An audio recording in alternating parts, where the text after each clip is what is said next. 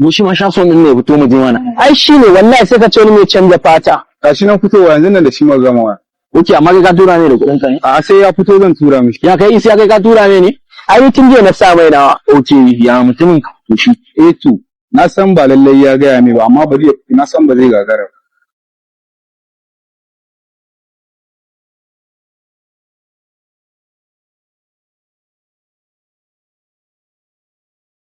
Ba ku taso mu je mana. Ku ga sha. Ka shafsan ɗan zo ka ji mana. Ya ake ciki. Amma ka gaya mai lati za mu je wajen nan. Me zai sa faɗa mai ko kai kanka ka san in mun faɗa mai bai da kuɗin da zai ji. Duk da haka ya kamata a gaya mai saboda kaga bai kamata a ce za a je waje ba a gaya mai ba. Yanzu imagine ma a ce yana da kuɗin. Ka kalla kayan da ke jikin shi, ka kalla kayan da ke jikin mu ya cancanta mu ɗauke shi mu je gurin nan tare da shi. Casting ma kenan. Kai haba ba wani casting da Allah ana tare. Me lati mu je mana. Ban gane zo mu je ba. Kar ka sake ka biyo mu. Jibe ka dalla ji kayan da ke jikin shi kake magana ya zo mu je. Casting ma kenan ji ba ji. Haba. Wallahi in dai kana ce da shi za mu je na rantse da Allah sai dai kai ka fasa zo. Don haka kawai ka san me za a yi? Awwal zo mu je ku samu mashin ku tawo kai da isiya kuma wallahi ka tawo da shi sai mun samu matsala da kai. Awwal mu je mana.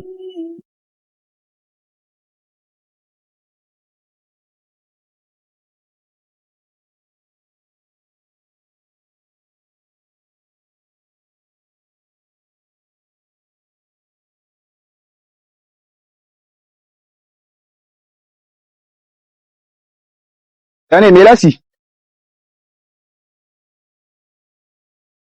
Wuri. Wai har kun dawo? Dama abinci ne za mu je gidan cin shafson kazu.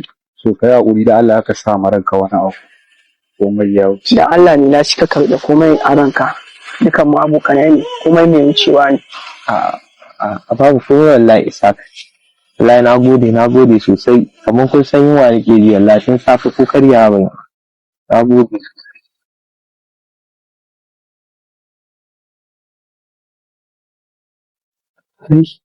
Mutsaf har da nama kuma? Na gode sosai. Na gode isa.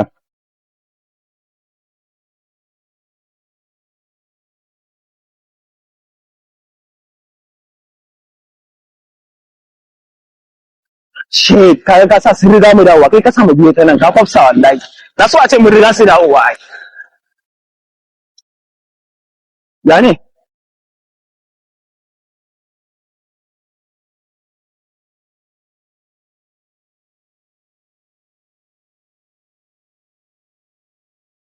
Fa shafson me aka da. Ban gane miya ka dan Allah ba in ban da renin wayo mu ci abincin da muka tuni za ku kawo kamo wannan kasan da can in ban da renin wayo. Duba fa kun goge ja mana reni wallahi. Ka ba shaftan ko na menene ai bai kamata ka zo ka zuban mai da abinci a jiki ba. To kai ne naka a ciki kai aka zuba mawa? Aba shafson. A rayuwa kar mu zamto masu manta alkhairi mu. Kar ka manta me lasi kaf cikin mu ba wanda bai taimaka mawa ba. In ban da halin rayuwa da ta maida shi haka. Kuma ko da ya kasance haka bai cancin tulakantawa a gurin mu ba. A abokina kar ka damu ai ba wani abu bane. A'a Milasi dole mu gaya musu gaskiya. Kai har ni zaka ce zaka faɗa ma gaskiya? To na rantse da Allah barka ji kai kuma ƙara ganin ka zo kofar gidanmu ka zauna sai na ma abin da har ka mutu ba za ka taɓa mantawa da shi ba. Aba shafson wai dan Allah me haka ne? A abokina da Allah dukan ku ya haƙuri. Na san zamana da na zo ne a cikin ku ne duk shine ya jawo wannan cece kucin. Insha Allah shafson zan tafi kuma da yardan Allah ba zan sake dawowa ba saboda ba na so na ga wannan cewa ni ne sanadiyan samun saɓani a tsakaninku. Insha Allah daga yau ba zan ƙara dawowa cikin ku ba. Ya haƙuri, na gode.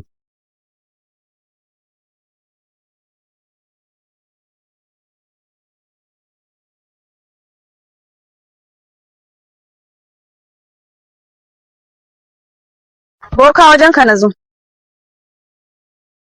In juya in faɗa maka matsala ta ne ko in gaya maka haka. Rana tozali da fararen mata yi maganan ki a haka. Yarinya ta ce wata 12 kenan ta ki ta haihu kuma ni ina so in ga jika na. Muna jin ki sai kuma me? Ya wannan shi kadai ne ya kawo ni an ce min aikin ku kamar yankan wuka shi yasa na zo.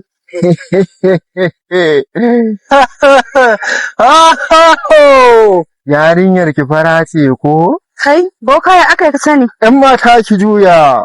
Ido na bai iya tozali da fararen mata. Gafara nake boka, gafara nake boka. Na fahimci jawabanki. Yanzu dai a takaice yarinyar ki wata 12 ɗana cikin ta ya ƙi fita. saboda kuna biya wannan banzayen asibitin na gwamnati suna ba ku magungunan da baya aiki. To kin zo inda ya dace. Yawwa, dama an gaya min aikin ku kamar yankon wuka, yanzu ya za a yi. Wannan ai abu ne mai sauki. Mun saba ciro 'ya'ya daga mahaifin iyayensu idan suka kasa haihuwansu. Yawwa, na ji daɗin hakan, amma har yanzu ina da kokonto. Ka ji ko? Ina abuwa rashin sani. Yanzu 'yan mata kafin ki sa kuɗi, ki zuƙunna sannan ki natsu, za ki ji kukan ɗan da ke cikin ƴarki. Yanzu boka daman ɗan yana raye? To ai ina tunanin ya mutu. Wata 12? To ai ku a samun inci. Ki samu guri ki zuƙunna kar hankalin ki ta ki faɗa a rafin. To shikenan boka. Ba da abin wayo kuke yi. Waɗannan. Ya kamata idan an haifa wannan yaro, sa masa suna Sundu, saboda namiji ne. Yana irga 3, shi kanki zai fara mana kuka don. 2, 3, saurara ki ji. Allah ka shirye mu shirin asiri.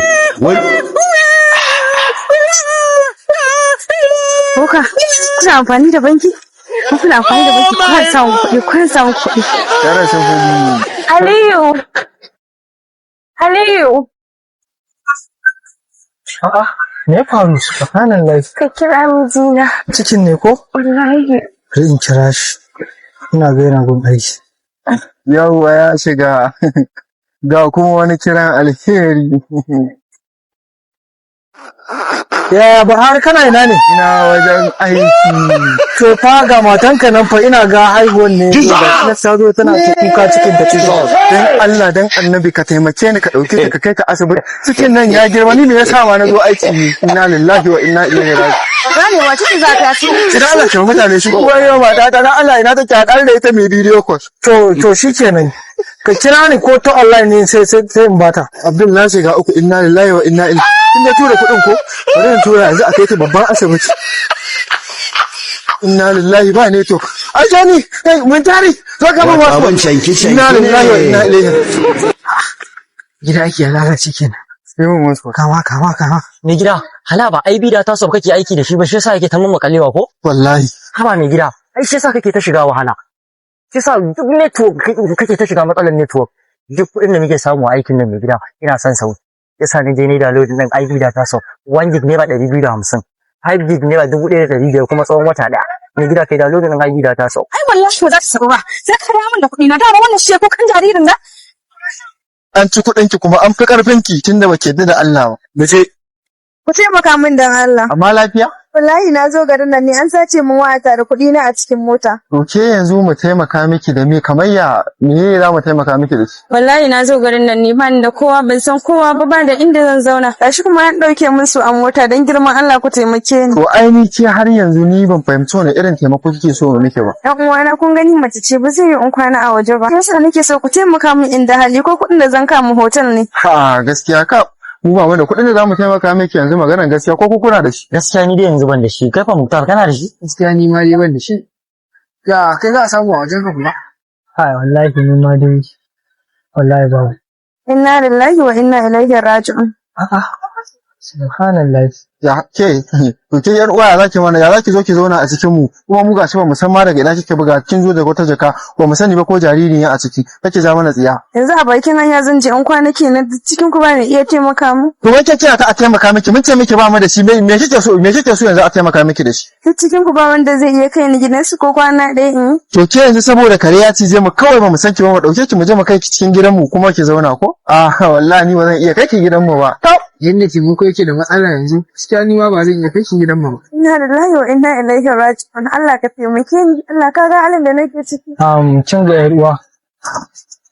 Kin tabbata cewa baki da inda zaki je ki kwana? Wallahi ban da kowa a duniya, iyayena duk sun rasu ni kadai nake rayuwa. Kenan yanzu idan kika tashi baki san inda zaki je ba kenan. Wallahi tsoron da nake yi kenan. An ce garin nan akwai miyagun mutane, shi yasa idan dare ban san inda zan je in kwana ba. Ha, inna lillahi wa inna ilaihi kina ji ba?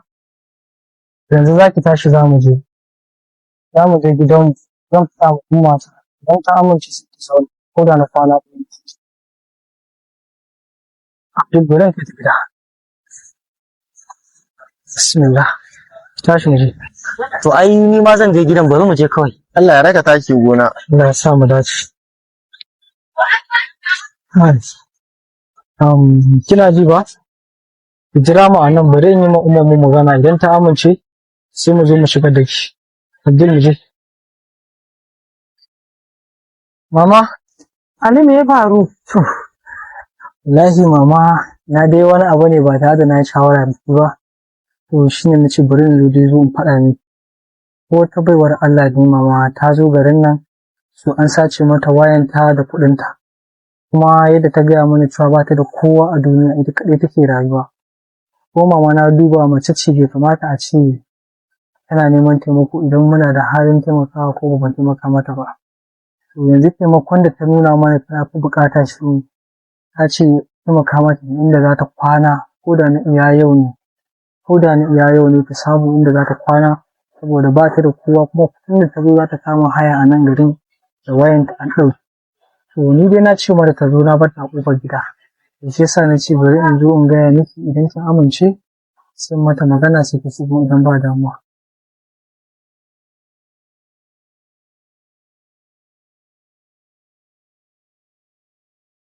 Yawwa, na samu wanda suka taimake ni, kuma ma suna ma da mahaifiya, ka san abin an fi son na mahaifiya. Yawwa, sai ka ji ni.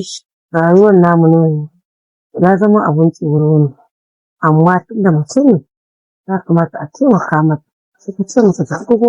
To ba damuwa mama. Allah ya saka da alheri. Bari in mata magana. Yawwa.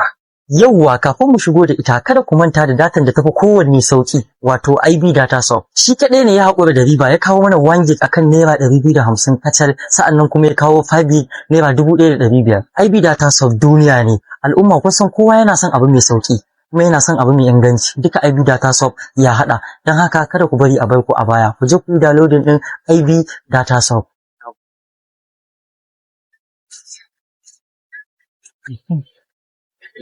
Yawwa, ‘yar uwa, kina ji ba? Mama ta magana, so ta amince. Dan Allah a riƙe amana, a ji tsoron Allah. Kin ga na taimake ki. Dan girman Allah kada ki bani kunya, kin ji? To bismillah, mu je.